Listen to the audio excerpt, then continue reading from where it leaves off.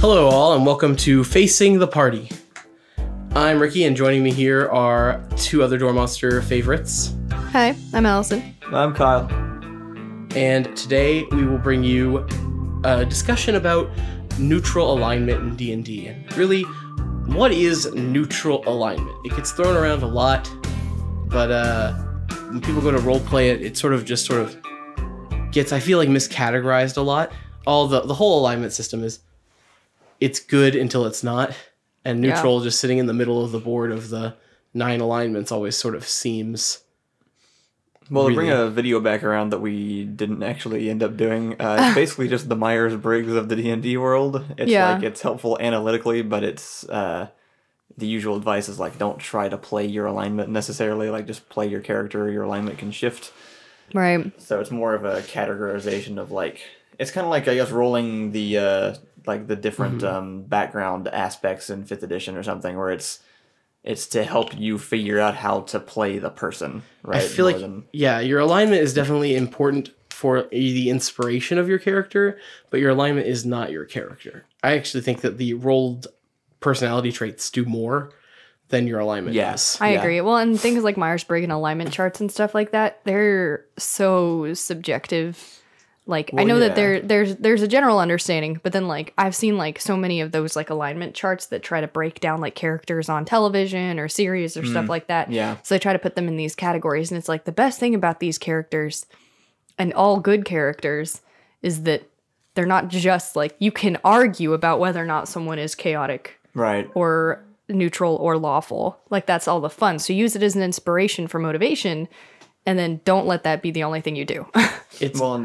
Just like a general writing tip, the thing that makes a character interesting are, once you've established who they're supposed to be, seeing what makes them act out of character, right? So like the interesting moments are going to be when you act outside of the alignment that you picked for yourself for some reason or another, because circumstances drove you to do that. That's what's going to tell you who you are as a person.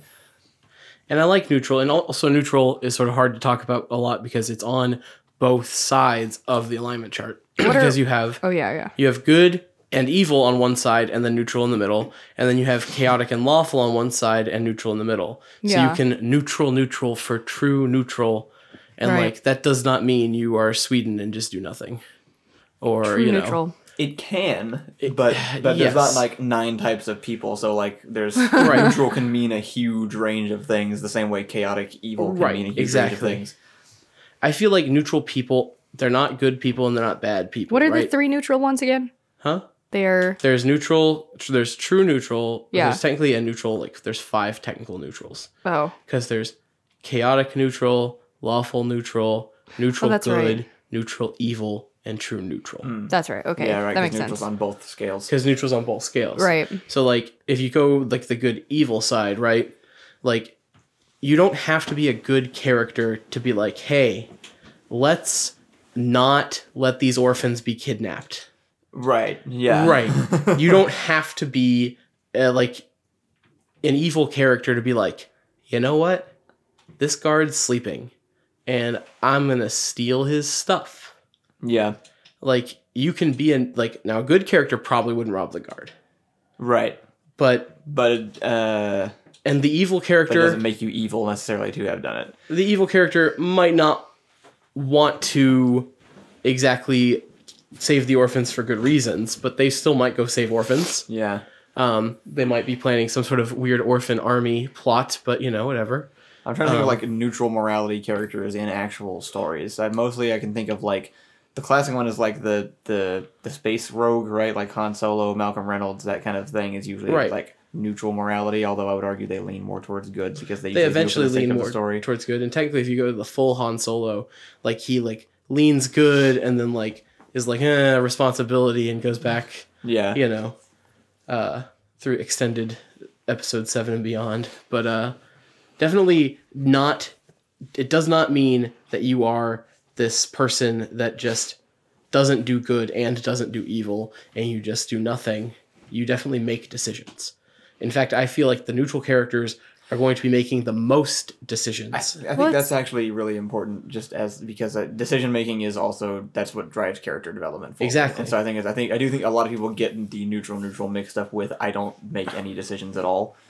Right. And that actually shouldn't be the case. So right. I think it's like entirely motivational based. If you just look at all those words are motivations. So if you're not entirely motivated to do only good things, only evil things, only chaotic thing, whatever, it's all about like what exactly brings you to make decisions. Right. It's like a logic maybe or something. So like maybe you make decisions because you think it's the right thing to do. Maybe you make decisions because you want to see the world burn. Maybe you don't and you fall in neutral and you make things for yourself or for other people in small doses. Sure, or you just sort of decide as you go along. Like it's a motivational tool, but it really doesn't like, I mean, your actions define your character, but it's not, but that alone is not like enough, right? Yeah. So, and I really like neutral on the lawful chaotic scale. I think neutral is much easier to understand there. Yeah, because I feel like most real life people probably fall into that actually. Exactly.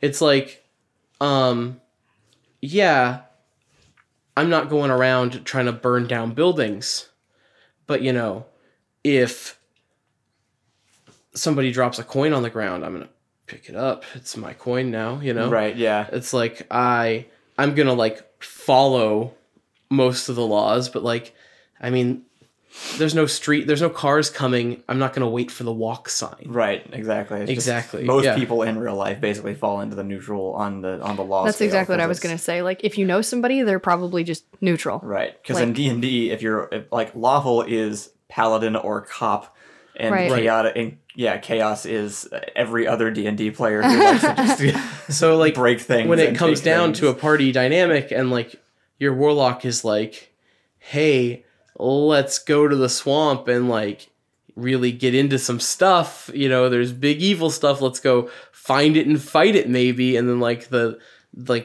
maybe steal from them. And then like you've got your paladin like, no, we have to march bravely in and announce our presence and like give them all why they're being arrested. And like you don't go, well, I don't know, I'm neutral, guys, don't look at me. It's like now you have to decide. Right. Like you, as a neutral player, like you get to shift a little bit. You get a lot more wiggle room than the other like alignments, in my opinion. Well, actually, what that makes me think is that most people probably don't even play chaotic actually chaotically. Because I think most of the times I've made a chaotic good character or whatever, I don't actually usually play them chaotic. I usually play them neutral because I play them kind of like myself, where it's like I will do some chaotic things, but like my weird sense of like some kind of like priority or rule set or common decency usually makes me not actually play it as chaotic as it probably would be.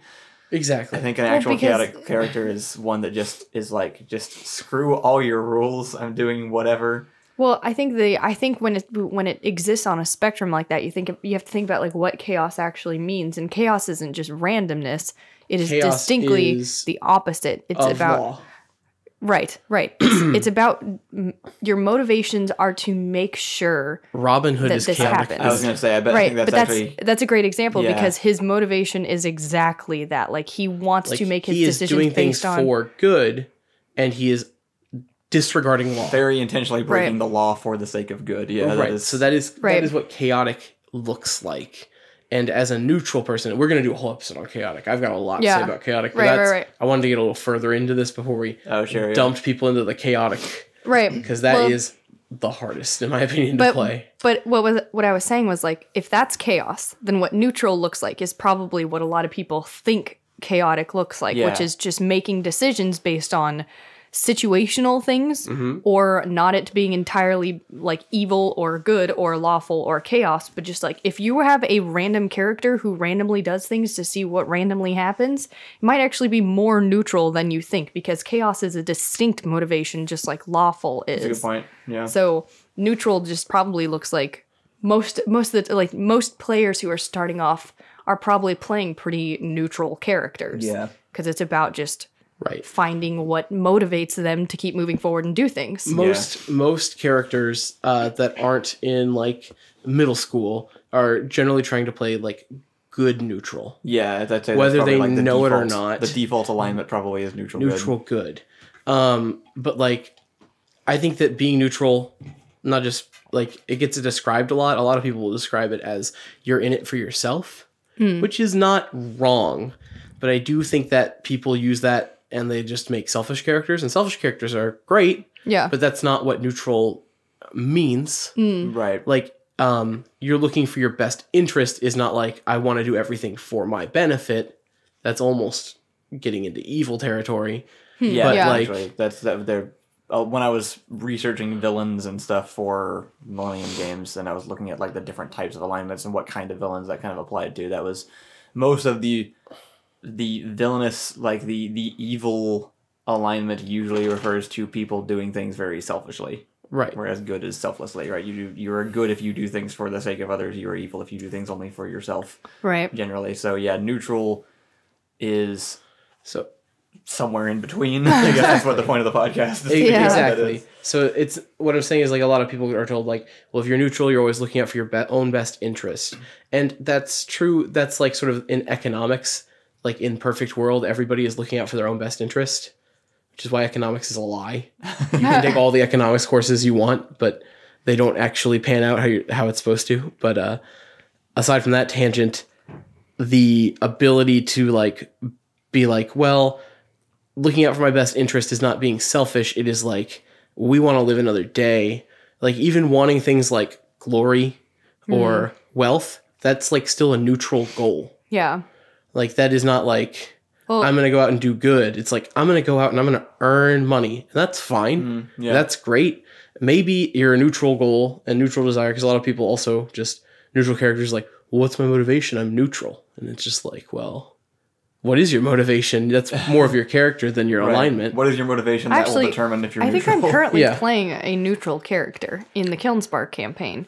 And I think the biggest thing is, I think you kind of mentioned it, which is like, if good is doing things selflessly and bad is doing things selfishly, and there's somewhere in between, it's just doing things for the in-between spot, which wouldn't necessarily be you, and it wouldn't necessarily be everyone. It would be things like the party or your friends. Like one of the things I rolled in the like D&D character building things was I help people who help me.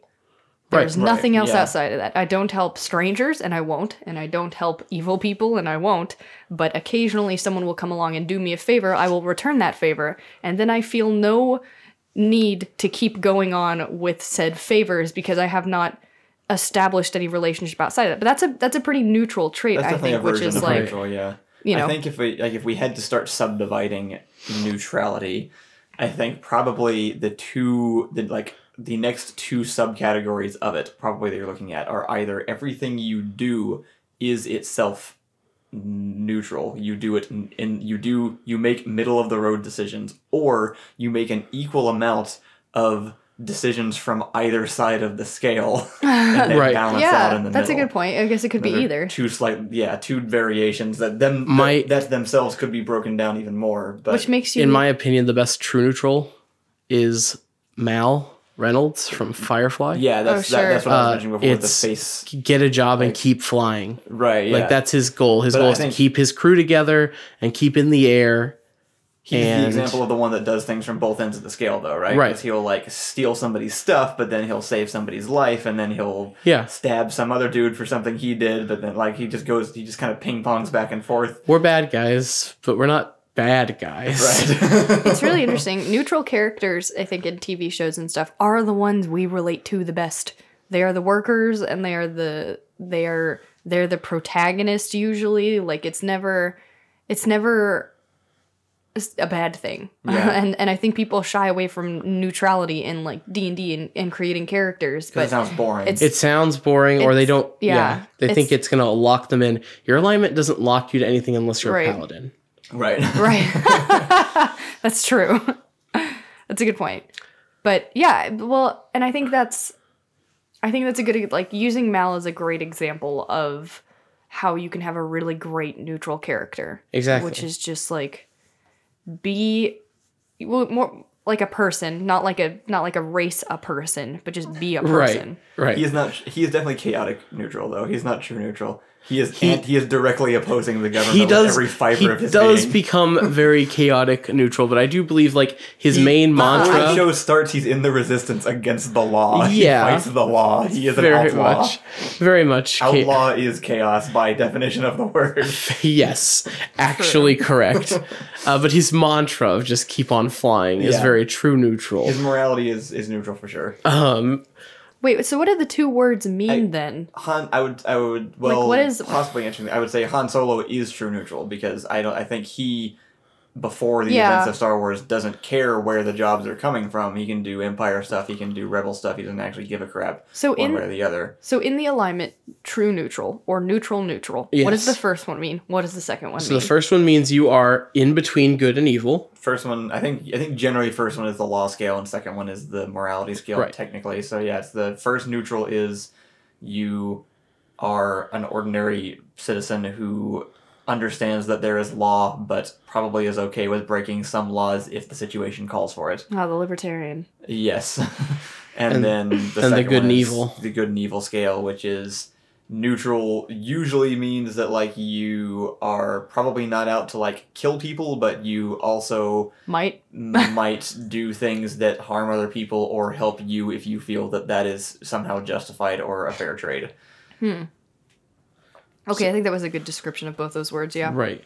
So neutral gets to literally get attached to any of the different other alignment words. So you can be neutral good, which is just your average, everyday, like... Oh, sure. Hey, like, sometimes I go through the express lane with 12 items, but, you know, I'm always going to give the crying kid a balloon. I think the express lane is 15 items. Oh, it's normally 10 items. It depends on your local supermarket. Yeah. Oh, okay. Here at my HEB, my fancy no HEB. store does more. HEB pay me. We have unironically like just talked about how much I love my HEB though so many times. It's not even like it's not even a cheesy ad. No, it is the best HEB. Everyone loves their HEB. Everyone has an HEB, and that is your freaking HEB. And sometimes you have to settle and go to a lesser HEB. That's true. Because of time, and you're just like, yeah, I mean it's HEB, it's fine. That's true.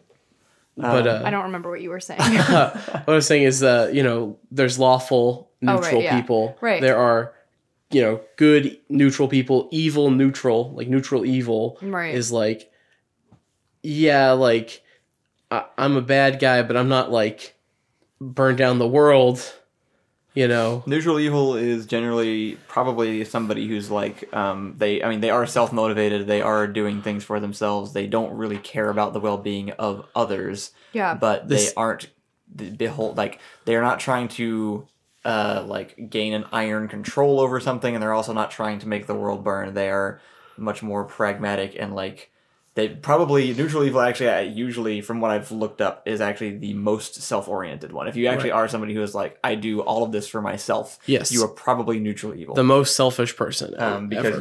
your motivations are you want something and you will probably just do whatever you need to get it, whether that is lawful or chaotic. You don't really care. Right. You will just make that happen. I have a question then. What is the Punisher? That is, we did a podcast on this before, actually. He is in one of our old podcasts, but it's hard because... Isn't he, like, lawful evil? This is actually a really good... I feel like we could have a whole discussion over what alignment the Punisher is. Instead of having a conversation... Which Punisher? Which rendition? No, that makes it too hard. Okay. Definitely the newest one. From like the Daredevil show that then became the Punisher show? Yeah. And I think we don't necessarily have to dive in deep about like the Punisher necessarily, but what do the words mean when you apply it to different characters? Because like he is... You could argue he's neutral in that he does things... Well, so he does things for revenge, which is not entirely a chaotic or evil thing. Revenge in D&D generally gets thrown to the chaotic side of things. Justice isn't, though. So, like, vengeance... That's true. Vengeance paladins are generally good chaotic. Okay. Like Oath of Vengeance, which is an oath in paladins. So, and since paladins have to abide by all of their... things, you know. But vengeance is justice for like others. Wait, did we solve this already? Is the Punisher a paladin? No, Is he we scared of being definitely did Paladin? not solve this He already. just has his own code. I mean, yeah, you could argue that about every character, though. Like, every person in the world's a paladin because they follow their own code. Except Christians, they have to follow a different code. No, Religious no. people have to follow a different code. Religious people are definitely paladins. That's what paladins are. They're religious is nut true. jobs. That's where they came from. Oh, right, sure.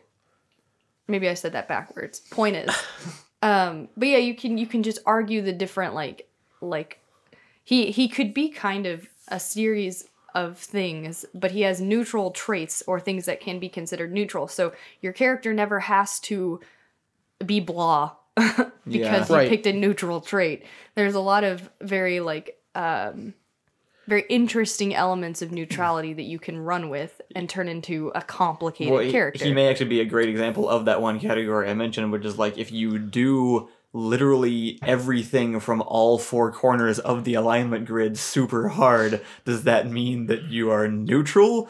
Or does that just mean you don't know what the hell you are? That's the thing about scales. Yeah. Like, if you're looking for like chaotic neutral, I would point to like Katniss Everdeen.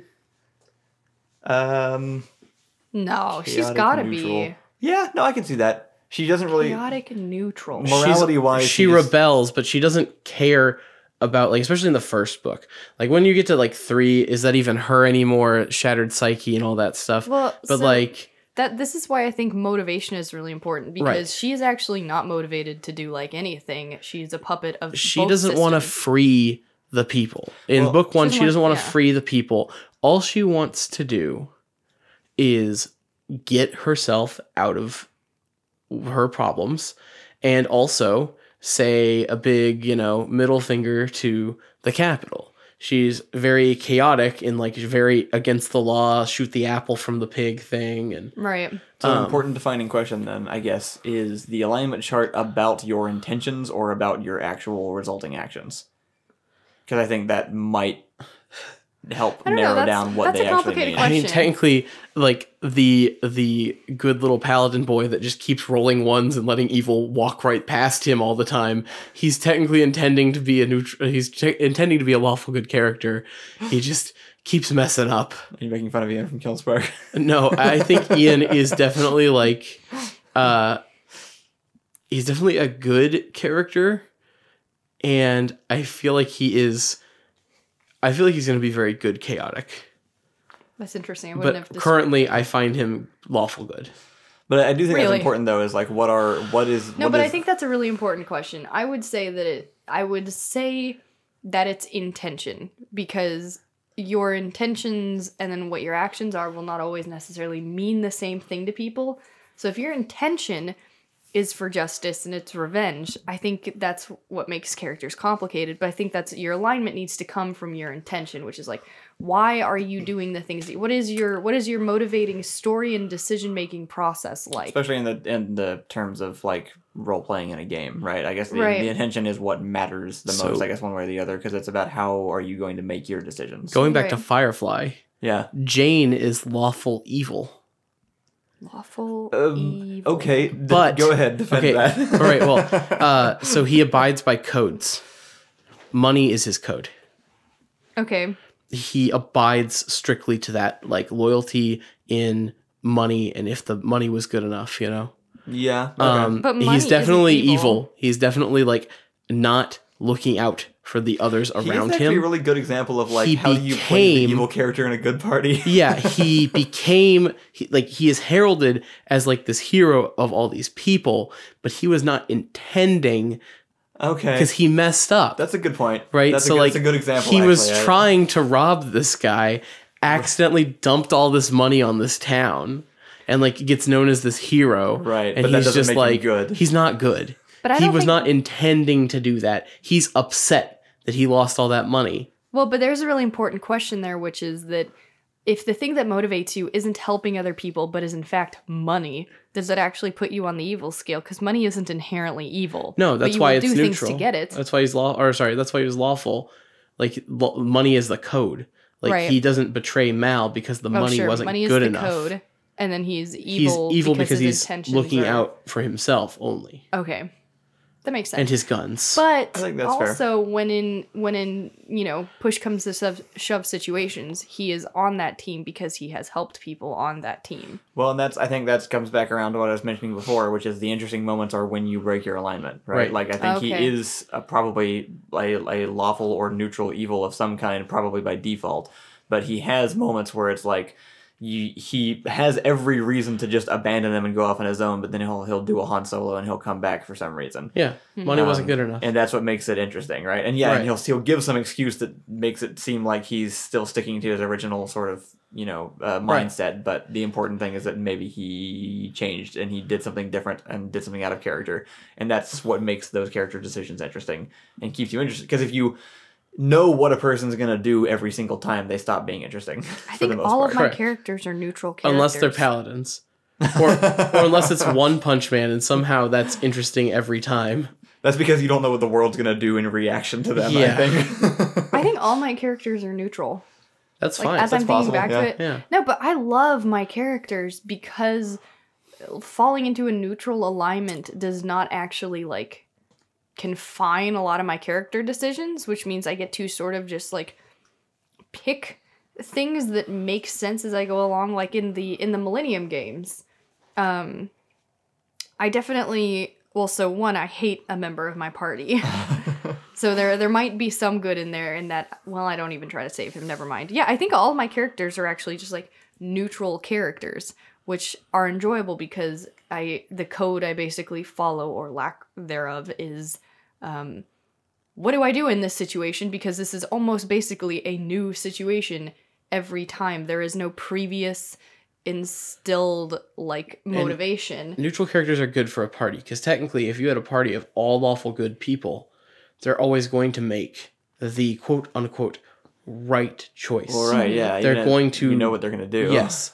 But a party with two lawful good characters, a lawful neutral character, and a neutral chaotic character, and it's just I know what the paladin and the cleric are going to do. What are y'all doing? How do you feel about this? And it's we support this group, and if if that's going to be what we're doing, I guess we're going to do it, or maybe it's as I said, the split where you're the decision maker as the neutral character, and you're you know what, specifically for orphans, I side on not killing them, Yeah. Or, for robbing the orphanage, sometimes you're we do need the money.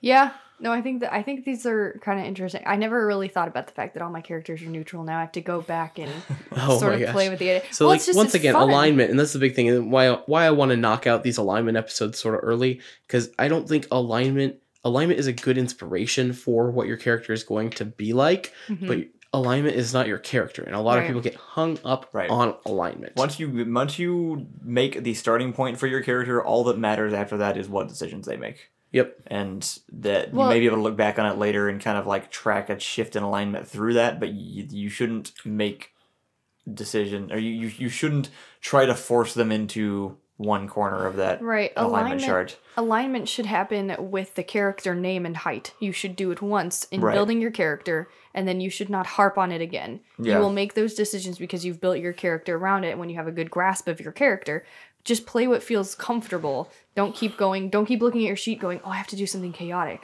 I have to do something evil. Make the character that fits into the Sorry, but that's outside my alignment. Well, I think it's too, because it is helpful to have notes on things to do, but I think use that just like you said as a starting point, and then break down okay, so if they're like this, what is that what do they do when they are in tight situations? What decisions do they make when they're in danger? What decision do they make when they are alone with different people? What kind of people do they like? What kind of people do they not like?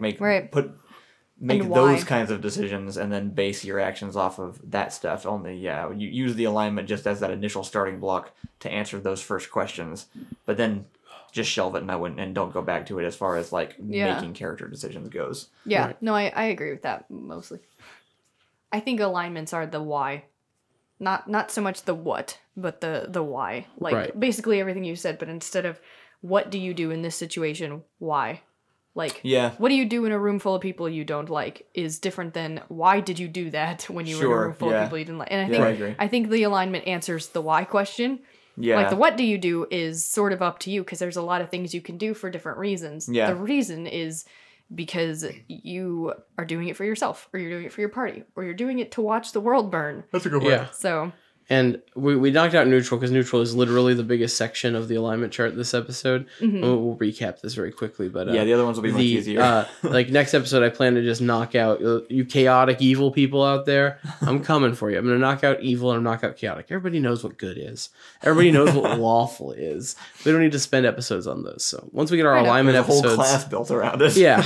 Once we get our alignment episodes out of the way, then we'll start talking about like the deeper like your character decisions and like maybe like the hurdles of like what I think is more dangerous, which is like keeping secrets from the party with the DM and stuff like that. Yeah. How to do that correctly and things like that. So we're gonna get those we alignments need to have a first. conversation about sexually harassing the DM and all the other Oh players. my, I really don't want to have that one. We're but having that we'll have it at some conversation. point. So to wrap it up, neutral characters are not boring, bland, non-decision maker characters, and they're not selfish, all about me character spotlight hogs either. They thrive on the decisions that they get to make. Being neutral means that you get to dip your toe into either side of each alignment side. So don't be afraid to like, well, maybe we don't do this, or maybe you know, man, dying for those orphans would be a noble cause, but you know what's also noble? Living.